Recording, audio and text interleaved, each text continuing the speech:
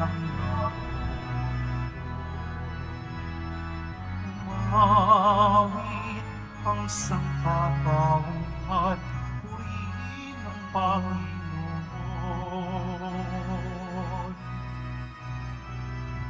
Ang puri sa itaasan, siya'y papurihan, Diyos ng lahat. Papuri sa itaasan, siya'y papurihan, ngayon at magpakailanman. Sa ngalan ng Ama at ng Anak at ng Espiritu Santo, Amen. ang pagpapala ng ating Panginoong Jesucristo, ang pag-ibig ng Diyos Ama, at ang pagkakaisa ng Espiritu Santo naway sumainyong lahat. At sumaiyo rin. Mga kapatid, 29 ng Mayo, atin pong gunitain si Papa San Pablo ika-6. Ang Santo Papa na unang bumisita sa Pilipinas, ang Santo Papa na siyang naroon at namumuno sa Konsilyo Vaticano Ikalawa, Second Vatican Council. Sama po natin sa misa natin ngayon ang mga intensyon para sa araw ngayon. Ang inyong mga intensyon kayong narito sa loob at sa labas sa Basilica Minor at Pambansang Dambana ni Jesus Nazareno. Ang mga intensyon ng mga nakisa sa atin sa pagitan ng live streaming through Facebook Live, YouTube, X, at iba pang social media dito sa ating bansa at iba't ibang dako ng mundo. Ang mga intensyon ng mga cross-posting ng mga chapels, groups at communities. Mga kapatid, sa sulat ni San Pedro, tayo ay dapat magpahayag ng ating paglilingkod sa Panginoon. Nasabi ng ating Panginoon sa Ebanghelyo ni San Marcos ngayon na siya ay naparito hindi upang paglingkuran, bagkus siya ay maglilingkod at magbigay ng katapusan upang ang lahat ay magkaroon ng kaligtasan at buhay na walang hanggan. Ngunit dahil sa ating karupukan, kahinaan, o dili kaya sa mga iba't ibang mga hilig, tayo nagkasala. Dumulog po tayo sa mga Panginoong nagpapatawad ng lubos. Sinugong tagapagpagaling sa mga nagsisisi, Panginoon, kaawaan mo kami. Panginoon, kaawaan mo kami. Dumating na tagapag-anyayang mga makasalanan ay magsisi, Kristo, kaawaan mo kami. Kristo, kaawaan mo kami. Nakaluklok ka sa kanan ng Diyos Ama para ipamagitan kami, Panginoon, kaawaan mo kami. Panginoon, kaawaan mo kami. Kaawaan tayo makapangyarihang Diyos, patawarin tayo sa ating mga kasalanan, at patnubayan tayo sa buhay na walang hanggan. Amen. Manalangin tayo. Ama naming makapangyarihan, niloob mong si Papa San Pablo ika-6 ay maging tagapangasiwa sa salita niya at gawa. Bilang tugon sa kanyang pagdalangin, lingapin mo ay taguyod ang iyong sambayanan kaysa ng iyong mga tagapangasiwang pinagkatiwalaang manungkulan, ay taguyod ang pagtahak sa landas patungo sa walang maliw na kaligtasan sa pangitan ni Jesucristo kasama ng Espiritu Santo, magpa sa walang hanggan. Amen. Magsipo muna po ang lahat. Pagbasa mula sa unang sulat ni Apostol San Pedro. Mga pinakamamahal, alam ninyo kung ano ang itinubos sa inyo sa walang kabuluhang pamumuhay na inyong minana sa inyong mga magulang. Ang itinubos sa inyo, di mga bagay na nasisira o nauubos, paris ng ginto o krus, kundi ang buhay ni Kristong inihahin sa krus. Siya ang korderong walang batik at kapintasan. Itinalaga na siya ng Diyos sa gawaing ito bago pa nilikha ang daigdig. At alang-alang sa inyo, ipinahayag siya bago sumapit ang katapusan ng mga panahon. Dahil sa Kanya, nananalig kayo sa Diyos na sa Kanya ay muling bumuhay at nagparangal. Ano pat ang inyong pananampalataya at pag-asa ay nasa Diyos. Ngayong malinis na kayo dahil sa inyong pagsunod sa katotohanan, ano pat naghahari na sa inyo ang tapat na pag-iibigan bilang magkakapatid, naway maging maalab at taos sa puso ang inyong pagmamahalan, sapagkat muli kayong isinilang, hindi sa pamamagitan ng tao, kundi sa bisa ng buhay at walang kamatayang salita ng Diyos. Ayon sa kasulatan, ang lahat ng tao ay gaya ng damo. Gaya ng bulaklak nito, ang lahat niyang kariktan. Ang damo ay natutuyo at nalalanta ang bulaklak. Ngunit ang salita ng Panginoon ay namamalagi kailanman. At ito ang mabuting balitang ipinarangal sa inyo. Ang salita ng Diyos. Salamat sa Diyos. Purihin mo, Jerusalem, ang Panginoong butihin.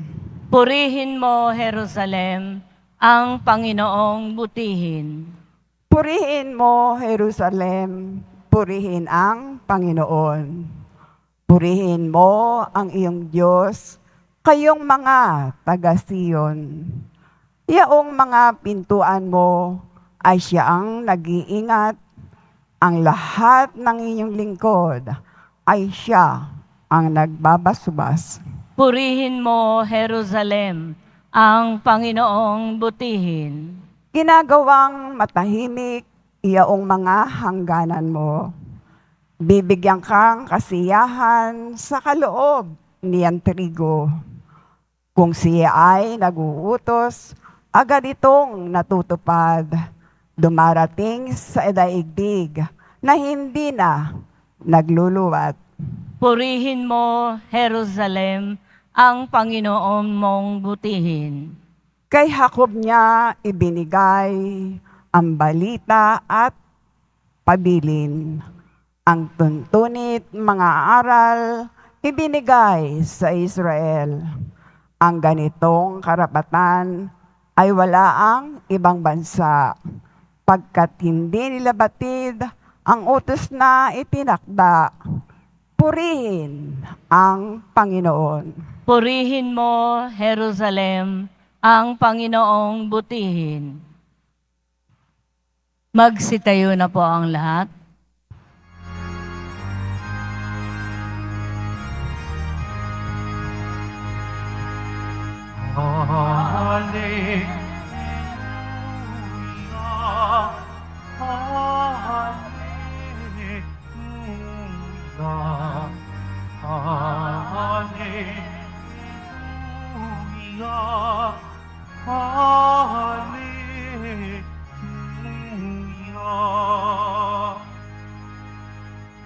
Anak ng tao'y dumating upang sarili ihain, lingkod manunubos natin. Alleluia, Alleluia, Alleluia, Alleluia.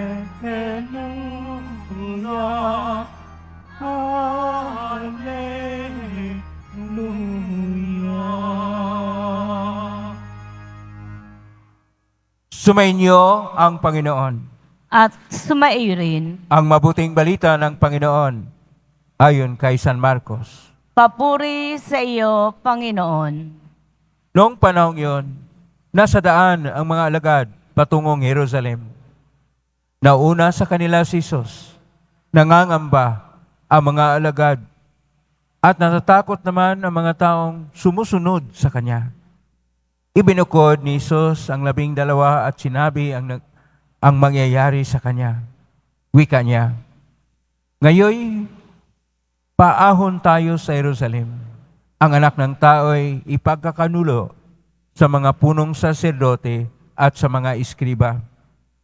Kanilang hahatulan siya ng kamatayan at ibibigay sa mga hintel.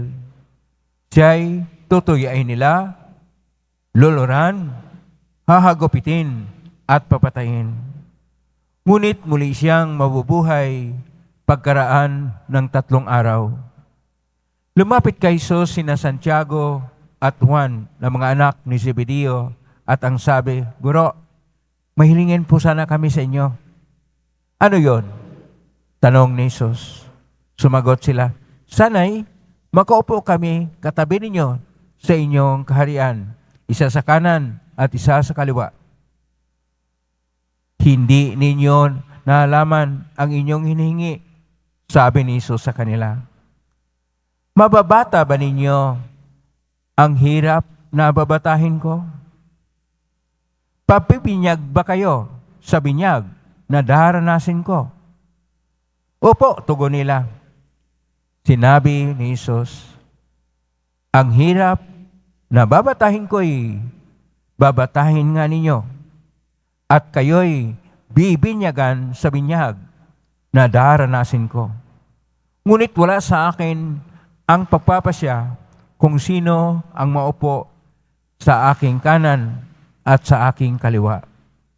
Ang mga luklukang sinasabi ninyo'y para sa mga pinaghandaan." Nang marinig ito ng 10 alagad, nagalit sila sa magkapatid. Kaya't pinalapit sila ni Jesus at sinabi, "Alam ninyo na mga itinuturing na pinuno ng mga hintel ay siyang pinapanginoon at ang mga dinadakila ay siyang nasusunod. Ngunit hindi ganyan ang dapat umiral sa inyo. Sa halip, ang sinuman sa inyo ang ibig maging dakila ay dapat maging lingkod. At sinumang ibig maging pinuno ay dapat maging alipin sa lahat. Sapagkat ang anak ng tao ay naaparito hindi upang paglingkuran, kundi upang maglingkod at ibigay ang kanyang buhay sa ikatutubos ng marami." Ang mabuting balita ng Panginoon. Pinupuri ka namin, Panginoong Heso Kristo. Magsiupo muna po ang lahat. Isang mapagpalang araw po sa inyong lahat. Purihin po natin ang ating Pong Isus Nazareno. Nasa Miyerkules tayo ng 8 na linggo sa karaniwang panahon. Pero ngayon rin ay panahon ng nobina natin para sa ating Panginoong Isus Nazareno sa kanyang kamalmahalang puso. Ang tema po ngayong araw, paglilingkod, service. Sa salitang Hebreo, Hudyo at Hebrew po ang ating Panginoon, avad. Pero ang mga nakasulat ngayon na mga teksto sa orihinal na pagkasulat, dahil ito ay mula sa Bagong Testamento, New Testament, ay sa salitang Koinoko na Grigo. Sa salitang Koinoko na Grigo, ang paglilingkod ay diakonia. Kaya nga, ating mapakinggan sa Ebanghelyo ni San Marcos ngayon, Kapitulo 10, Versikulo 14, sinasabi ng ating Panginoon sa versikulo 45, Kapitulo 10, Ebanghelyo ni San Marcos, "Diakonisai ki dunay ten seken antipolon." Anong ibig sabihin? Narito ako upang maglingkod kay at dunay ten seken. Ibibigay ang aking kaluluwa, antipolon, para sa marami. Kaya, ang pagkasalin nito sa Latin ay magandang pagkasalin po. Ministraret et daret animam suam redemptionem pro multes. Pero sa ating Tagalog, iba na. Sinasabi na parito, hindi upang paglingkuran, kundi upang maglingkod at ibigay ang kanyang buhay sa ikatutubos ng marami. Ang sinasabi dito, ang second na kaluluwa ay na-translate na buhay. Pero totoo naman kasi ang kaluluwa ay nagbigay buhay. Pero kapag kasabing kaluluwa, iba po ito, kaligtasan. Kasi ang kaluluwa ang siyang maligtas. Kaya dapat po nating tingnan na ang ating paglilingkod ay para sa ating kaligtasan. Ang pinakabatayan kung bakit tayo maglilingkod, ang tingnan po natin, ay dahil sa ating pagtugon sa kabutihang loob ng Diyos na tayo'y Kanyang nilikha at tayo'y Kanyang tinubos. At nagpapatuloy sa pagpahayag ng Kanyang kabutihang loob. Ito ang batayan ng ating paglilingkod bilang Kristiyano. Kaya po kapag tayo po'y naglilingkod, dapat mayroon po tayong misyon. Mayroon po tayong bisyon. Mayroon po tayong tunguhin sa ating paglilingkod.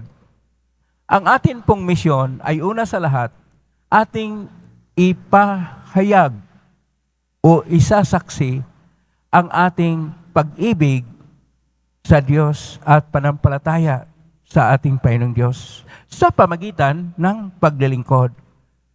At itong misyon na ito na ipahayag o magsasaksi sa ating panampalataya ay mayroong iba't ibang kaakibat na mga paglilingkod ayon sa antas at ayon sa ating estado sa buhay. Kapag ka may asawa, ang misyon o ang paglilingkod ay nasa pamilya. Kapag ka ikay namumuno sa isang mga grupo o gawain, may pagawaan ba o kung anong nangailangan na pamuno, ikaw ay parang pastol o namumuno na isang tunay na Kristiyano na hindi ikaw ang paglingkuran, ikaw ang maglilingkod. At kung ikaw ay, kung anuman ang iyong ginagawa sa buhay, maaring magtrabaho, may kasakahan o may negosyo, ang iyong paglilingkod hindi para sa ganansya, hindi para sa pera, bagkos ang iyong paglilingkod ay iyong pagpapahayag, una, ng iyong pagmamahal sa Diyos. Pangalawa, na iyong pagsasaksi sa buhay, pananalig o panampalataya sa Diyos. At pangatlo, upang ikaw ay makagawa ng kabutihan sa iyong kapwa-tao. Hindi po ang paglilingkod na magpasikat. Kaya, kung ikaw ay isang nahalal na lider o isang politiko na natalo o may balak na magpahalal sa bayan, hindi ikaw ang paglingkuran. Dapat ikay maglilingkod at hindi mo gamitin ang kayamanan ng bayan at lustayin ito, bagkus palaguin pa at bigyang proteksyon ang bayan, ang karapatan ng iyong mga sinasakupan at ang kabutihan para sa lahat at ang pagbigay proteksyon sa nilikha ng Panginoon na ibig sabihin, kailangan natin ang environmental o ang pangangalaga sa kalikasan.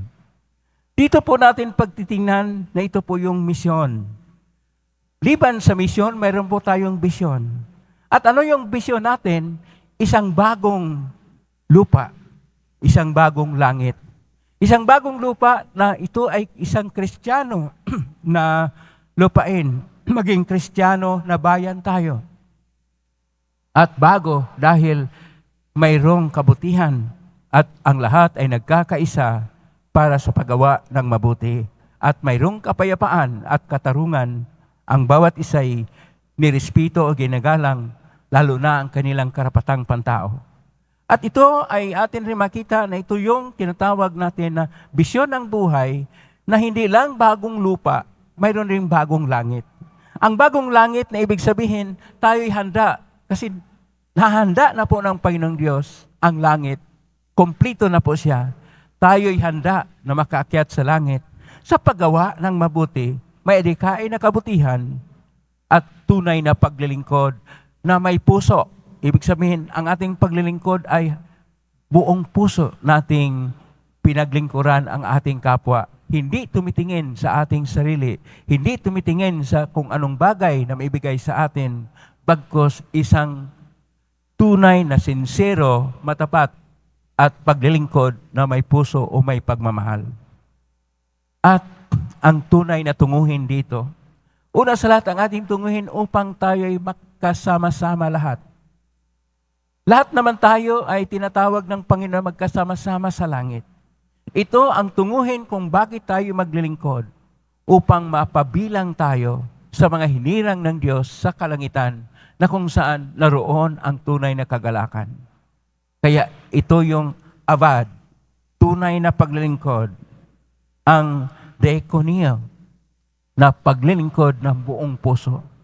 Naway, anuman ang iyong katayuan sa buhay, ikaw ay maglilingkod sa pangalan ng Diyos at naglilingkod ng may pag-ibig, sapagkat ayon pa ni Santa Teresita del Niño Jesus, gaano man kaliit ang iyong ginagawa o kaordinaryo ang iyong gawain, kapag ka may pag-ibig, ito ay espesyal na. Ang ginagawa natin para sa Diyos na may pag-ibig, espesyal na sapagkat mahal natin ang Diyos na nagmamahal sa atin. Amen? Purihin natin ang Diyos. Magsitayo na po ang lahat.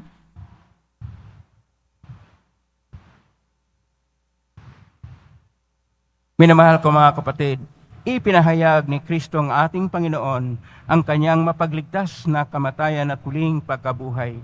Sa pamagitan niya, ang pagkasakit na lingkod. Ilahad natin sa Amang mahabagin ang ating mga panalangin.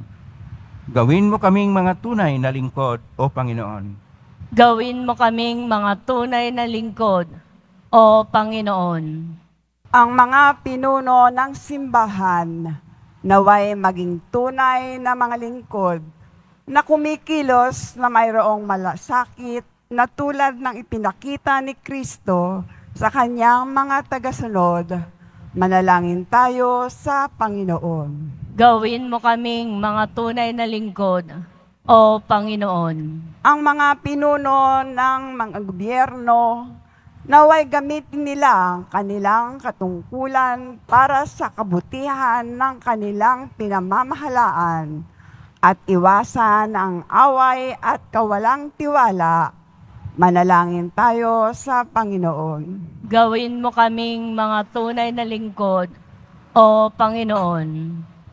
Ating lahat nawang mapagtanto na ang tagumpay sa mata ng Diyos ay hindi nasusukat sa mga panuntunan ng mundo, kundi sa paggalang na ibinibigay natin sa ating kapwa.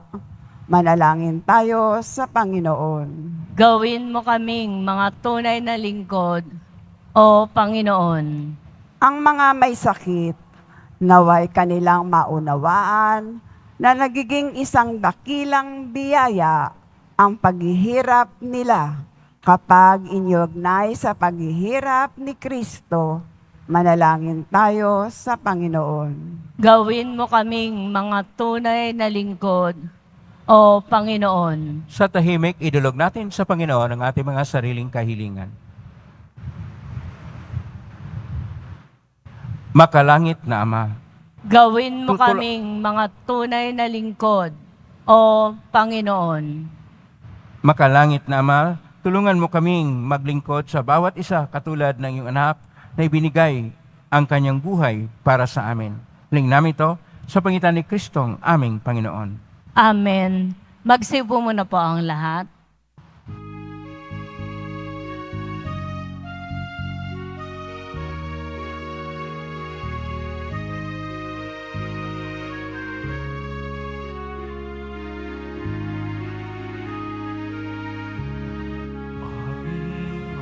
ay sa'yo, Panginoon. Ang tinapay at alak na iyong kaloob upang gumitain ang iyong buhay na inihalay. Ngayon, pagdiwang bilang isang sambayanan.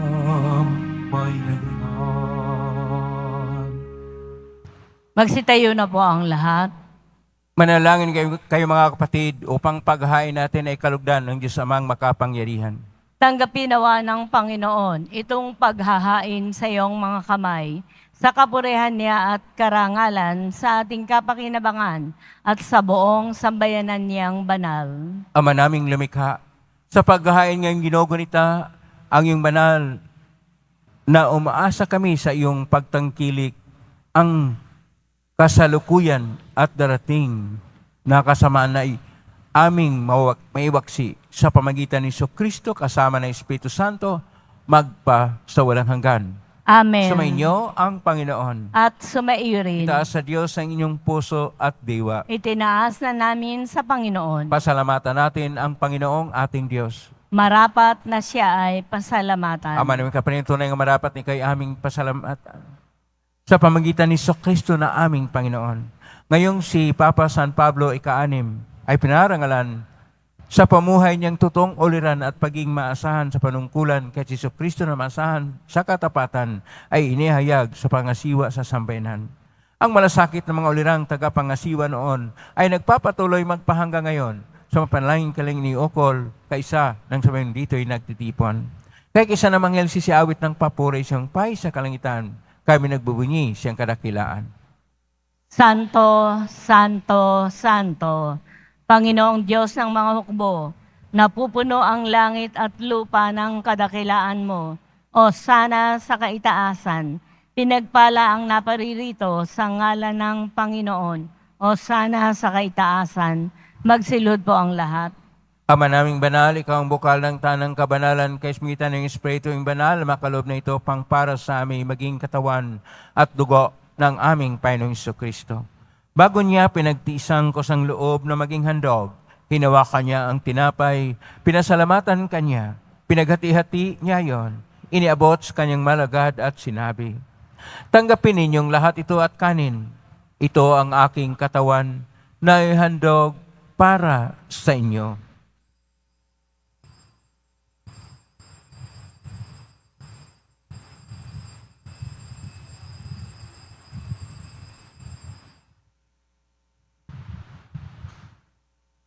Gaya naman nung matapos ang hapunan, hinawakan niya ang kalis, muli kanyang pinasalamatan.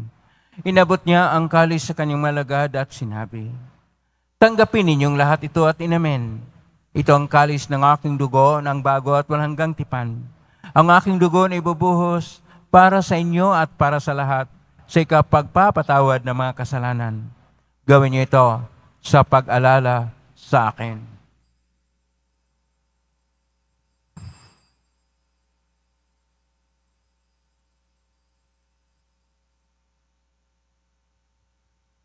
Magsitayo na po ang lahat. Ang misteryo ng pananampalataya. Si Kristo'y namatay, si Kristo'y nabuhay, si Kristo'y babalik sa wakas ng panahon. Ama, ginagawa namin ngayon ang pag-alala sa pagkamatay at muling pagkabuhay ng anak at naalay namin sa iyo ang tinapay nagbibigay buhay at ang kalis na nagkakaloob ng kaligtasan. Kami nagpapasalamat dahil kami narapat na tumayo sa harap mo para maglingkod sa iyo. Isinasamo namin kaming magsasalo-salo sa katawan at dugo ni Kristo ay mabuklod sa pagkakaisa sa pamagitan ng Espiritu Santo. Ama, lingapin simbahang laganap sa buong daigdig. Pustusin mo kami sa pag-ibig kaisa ni Francisco na aming Papa at ni Jose na aming Obispo at ng Tanang Kaparian. Alalahanin mo rin, mga kapatid namin na imlay, may pag-asang sila muling mabuhay ganing lahat ng mga pumanaw. Kawaan mo sila at patuloyin sa iyong kaliwanagan.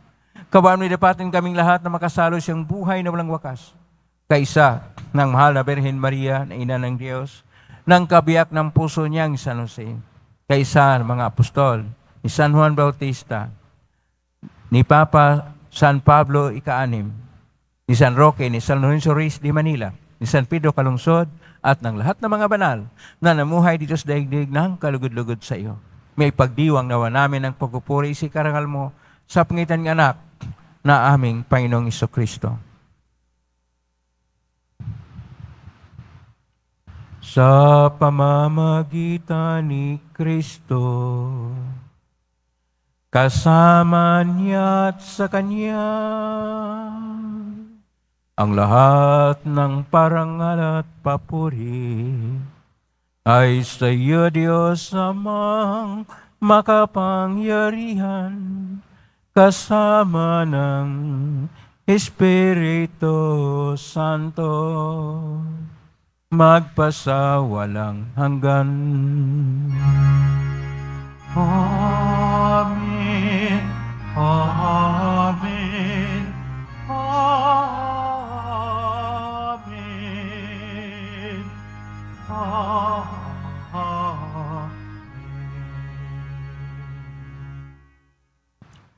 Sa tagubilin ng mga nagagling na utos sa turo ni Jesus na Panginoon natin at Diyos, ipayag natin ang lakas loob. Ama namin, sumasalangit ka, sambahin ang ngalan mo. Mapasa amin ang kaharian mo. Sundin ang loob mo dito sa lupa para nang sa langit. Bigyan mo kami ngayon ng aming kakanin sa araw-araw. At patawarin mo kami sa aming mga sala, para nang pagpapatawad namin sa nagkakasala sa amin. At huwag mo kaming ipahintol sa tukso, at iadya mo kami sa lahat ng masama. Hinihiling namin kami iadya sa lahat ng masama, pagkalooban ng kapayapaan araw-araw, iligtas sa kasalanan at sa lahat ng kapahamakan, samantalang aming pinanabikan ang dakilang araw ng pagpapahayag ng tagapagligtas naming si Kristo. Sapagkat iyo ang kaharian, at ang kapangyarihan, at ang kapurihan magpakailanman. Amen. Panginoong Kristo, sinabi mo si mga apostol, kapayapaan ang iniiwan ko sa inyo, ang aking kapayapaan ibinibigay ko sa inyo. Tunghen mo ang pampalataya at huwag ang aming pagkakasala. Pagkalooban mo kami ng kapayapaan at pagkakaisa iyong kalooban, kasama ng Espiritu Santo, magpa sa walang hanggan. Amen. Ang kapayapaan ng Panginoon ay laging sumainyo. At sumaiyo rin. Magbigayin kayo ng kapayapaan sa isa't isa. Kapayapaan.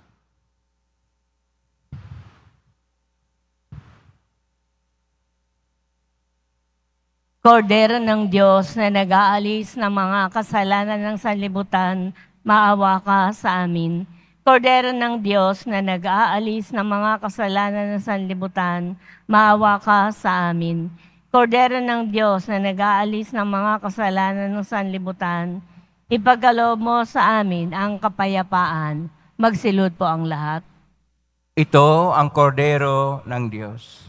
Ito ang nag-aalis ng makasalanan ng sanlibutan. Mapalad ang mga inaanyayahan sa piging ng kordero. Panginoon, hindi ako karapat-dapat na magpatuloy sa iyo, ngunit sa isang salita mo lamang ay gagaling na ako. Katawan ni Kristo. Amen.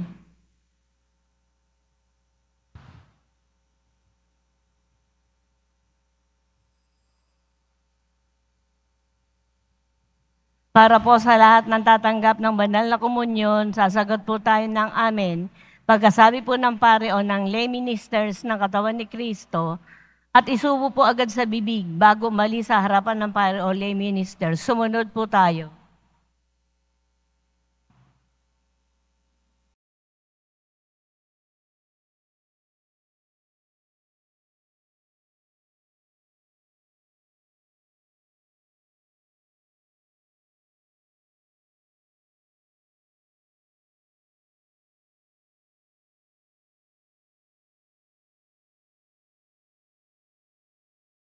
Yun na po ang lahat. Manalangin tayo.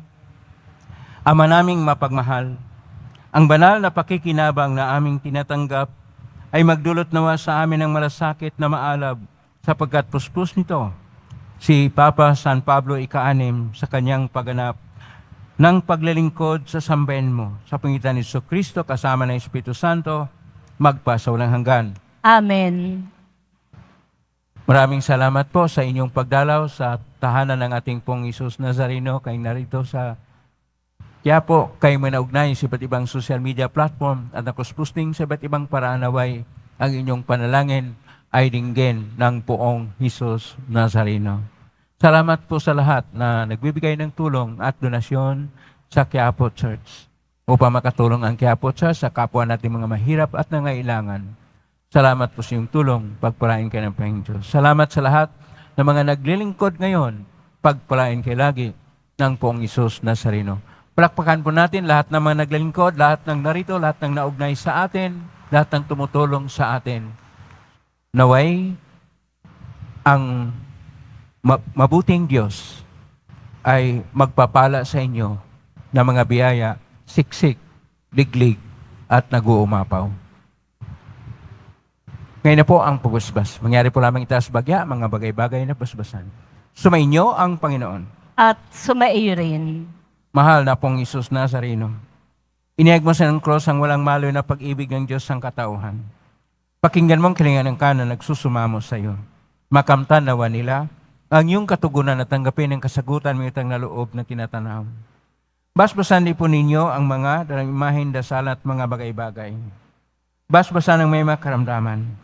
Sa pangitan ng benisyon ito na may maalala ng pangako ng sa binyag, na ikaw ay iibigin at paglingkuran bilang Panginoon, magpa sa walang hanggan. Amen. Pagpalain kayo ng makapangyarihang Diyos, Ama at Anak at Espiritu Santo. Amen. Pumay kayong taglay ang kapayapaan, pag-ibig at pag-asa ng Pong Isus Nazareno at maglingkod sa isa't isa upang ipahayag ang ating pag-ibig sa Diyos. Salamat sa Diyos.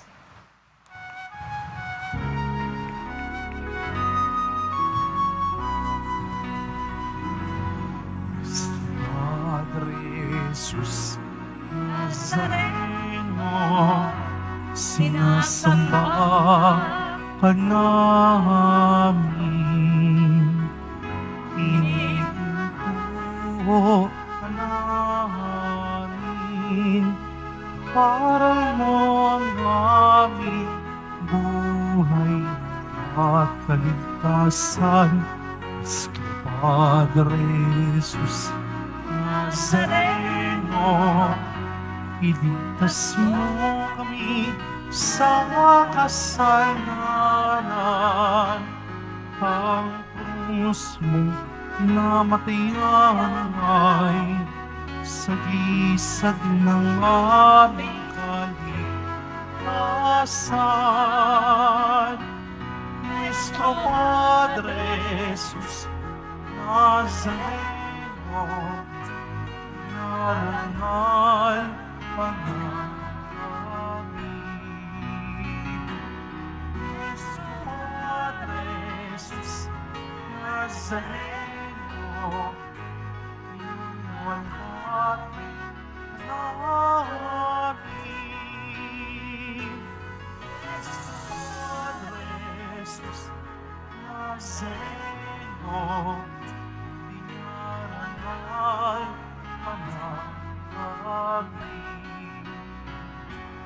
Nuestro Padre Jesus Nazareno,